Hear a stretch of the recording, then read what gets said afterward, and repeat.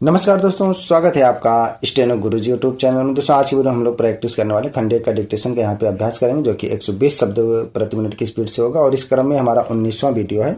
इससे पहले हमने 18 वीडियो अपलोड किए हैं। अगर आपने नहीं देखा तो हमारे प्लेलिस्ट में जाएंगे, वहाँ पे क्रम वाइज आपको वीडियो मिल जाएगा। अगर इसका PDF आपको चाहिए तो वीडियो के डिस्क्रिप्शन में लिंक दिया गया है, या हमारे टेलीग्राम से अगर आप जुड़े हैं तो वहाँ पे PDF आपको उपलब्ध हो जाएगा। वीडियो पसंद आए तो लाइक कर देना, चैनल पर पहली बार आए तो सब्सक्राइब कर लेना, ताकि इंपॉर्टेंट वीडियो आपसे मिस ना हो। तो ज़्यादा समय ना लेते हुए चलिए स्टार्ट करते हैं। रेडी, 5 सेकेंड, 120 शब्द प्रति मिनट की स्पीड से सभी लोग प्रैक्टिस करेंगे। स्टार्ट। सभापति महोदय, वित्त मंत्री महोदय ने जो बजट सदन के सामने प्रस्तुत किया है वह बहुत ही बुद्धिमानी के साथ तैयार किया हुआ बजट है।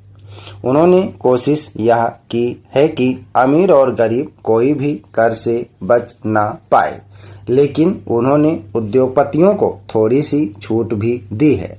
जो बड़े बड़े पूंजीपति लोग हैं उनको कर से कुछ मुक्त किया है, कुछ सुविधाएं दी हैं। मैं नहीं समझ पाया हूं कि ऐसा उन्होंने क्यों किया है। वह जो चाहेंगे उसको करेंगे, लेकिन मैं भी जो सोचता हूं उसको आपके सामने रखना चाहता हूं। इस विषय पर 3-4 दिन से चर्चा हो रही है। मैंने उसको सुना है।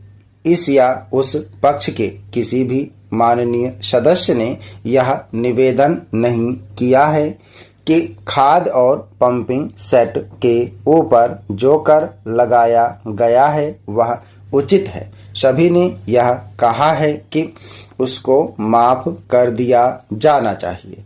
जब सारे सदन के लोग, सभी प्रतिनिधि एक आवाज से कहते हैं कि खाद और पंपिंग सेट के ऊपर कर ना लगाया जाए, तो मैं समझता हूं कि उनको इस बात को मान लेना चाहिए।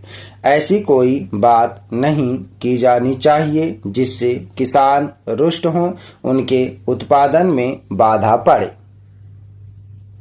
भारत गांवों में बसता है। 80% लोग गांवों में रहते हैं। हम गांधी जी के विचारों का अनुपालन करते हैं। गांधी जी ने कहा, जो कुछ कहा गांव के लोगों के लिए कहा, ग्रामीण जनता के लिए कहा। उन्होंने गांव के लोगों को उठाने की बात कही। कोलकाता, चेन्नई, मुंबई, दिल्ली आदि शहरों के रहने वाले लोगों की ही उन्नति हो और गांव में रहने वालों की ना हो, ऐसा उन्होंने कभी नहीं कहा। वित्त मंत्री महोदय भी गांधी जी का शिष्य अपने आप को कहते हैं और उनका रूप अपने रूप में देखते हैं, और वह हैं भी। इसलिए उनका यह कर्तव्य होना चाहिए कि गांधी जी के विचार के अनुसार वह सारे देश में मद्य निषेध को कार्यान्वित करे। क्योंकि हमारा कृषि प्रधान देश है, इसलिए वह पशुधन को बढ़ाएं, उन्नति की व्यवस्था करें और सारे देश में गोवध को बंद कर दें। सरकार ने यह संकल्प लिया है कि हिंदुस्तान में समाजवादी समाज और लोक कल्याणकारी राज्य की स्थापना की जाएगी। इस समय देश में आर्थिक विषमता अधिक है। सभापति महोदय, एक व्यक्ति की आमदनी 3-4 आने और दूसरे की 10-20 हजार रुपए है। अगर वित्त मंत्री महोदय इस विषमता को दूर नहीं करेंगे तो समाजवाद का नारा बिल्कुल कोरा और कागजी सिद्ध होगा। इस देश में 8-10 करोड़ हरिजनों का एक ऐसा वर्ग है जिसकी आर्थिक स्थिति बहुत गिरी हुई है। इस बजट में उनकी उन्नति और कल्याण की योजनाओं का समावेश होना चाहिए। वित्त मंत्री ने 1500 करोड़ रुपए के जो कर लगाए हैं, उनसे देश के आम आदमियों की हालत खराब हो गई है। मुझे इस बात की बड़ी प्रसन्नता है कि योजना के अंतर्गत देश में विकास कार्य हो रहा है और अब हम इस दिशा में जो कुछ कर पाए हैं वह प्रशंसनीय है। लेकिन मुझे दुख के साथ कहना पड़ रहा है कि जहां कृषि के क्षेत्र में उत्पादन बढ़ रहा है, उद्योग के क्षेत्र में उत्पादन बढ़ रहा है, देश की संपत्ति बढ़ रही है, हर आदमी की औसत आय बढ़ रही है, फिर भी हमारे यहाँ पुरानी गरीबी बिल्कुल नहीं हटी है।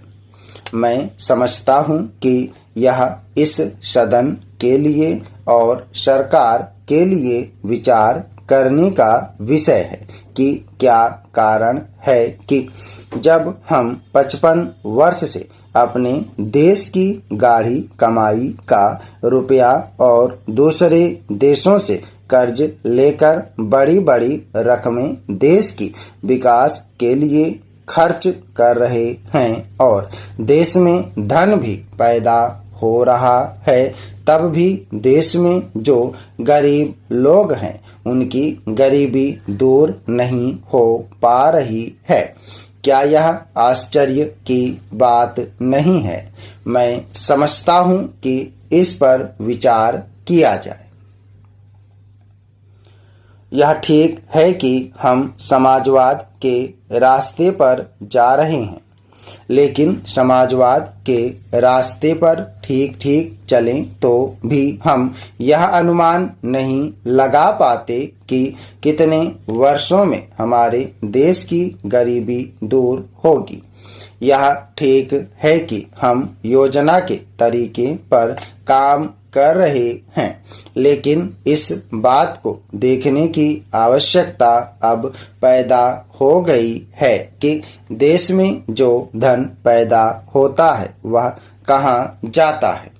इतनी प्रगति होने पर भी हम देखते हैं कि गरीबी दूर नहीं हो पा रही है। गरीबों को खाने के लिए अन्न नहीं मिलता, पहनने के लिए कपड़ा नहीं मिलता। इसका क्या कारण है?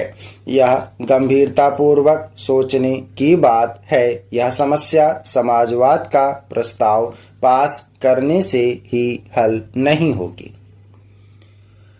उपाध्यक्ष महोदय, मैं राष्ट्रपति महोदय के भाषण पर जो धन्यवाद प्रस्ताव है उसका समर्थन करने के लिए खड़ा हुआ हूँ।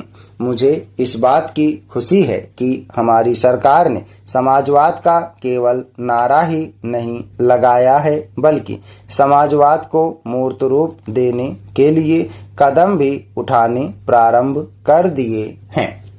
सबसे बड़ी बात तो यह है कि गरीबी हटाओ, गरीबी मिटाओ यह केवल आंदोलन ही नहीं रहा, बल्कि इसको कार्य रूप में परिणत करना भी आरंभ कर दिया गया है। इसके लिए मैं अपने प्रधानमंत्री को जितना भी धन्यवाद दूं वह थोड़ा ही है। मुझे आपसे यह भी कहने का साहस हो रहा है कि सरकार ने इस समय हमारे पहाड़ी क्षेत्रों को पूर्ण राज्य का दर्जा दे दिया है। आज तक तो वे बिल्कुल पिछड़े हुए थे। मैं आपसे यह कहने का भी साहस कर रहा हूँ कि पहाड़ी और सीमा के क्षेत्रों को राज्य का अधिकार तो दे ही दिया गया है। उनको यह अवसर भी दिया गया है कि वे अपने पिछड़े हुए इलाके को उन्नत बनाने के लिए स्वयं प्रयत्न करें और अपने पैरों पर खड़े हों। लेकिन मुझे बड़े दुख के साथ आपके सामने यह कहना पड़ रहा है कि हमारे उत्तर प्रदेश के जो पहाड़ी जिले हैं वे आज भी बहुत ज़्यादा पिछड़े हुए हैं और उनको कोई देखने वाला नहीं है।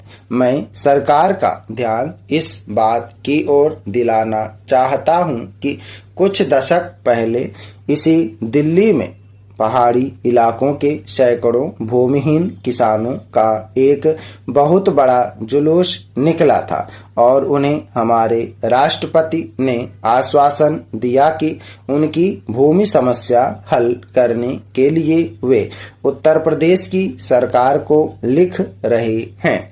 लेकिन आपको सुनकर आश्चर्य होगा कि कई वर्ष बीत गए हैं किंतु एक चप्पा भूमि भी किसी किसान को भूमिहीन को आज तक नहीं दी गई है। हमारे भूमिहीन किसान कभी जेल में सड़ते हैं और कभी कहीं मारे फिरते हैं, लेकिन भूमि उन्हें नहीं मिली।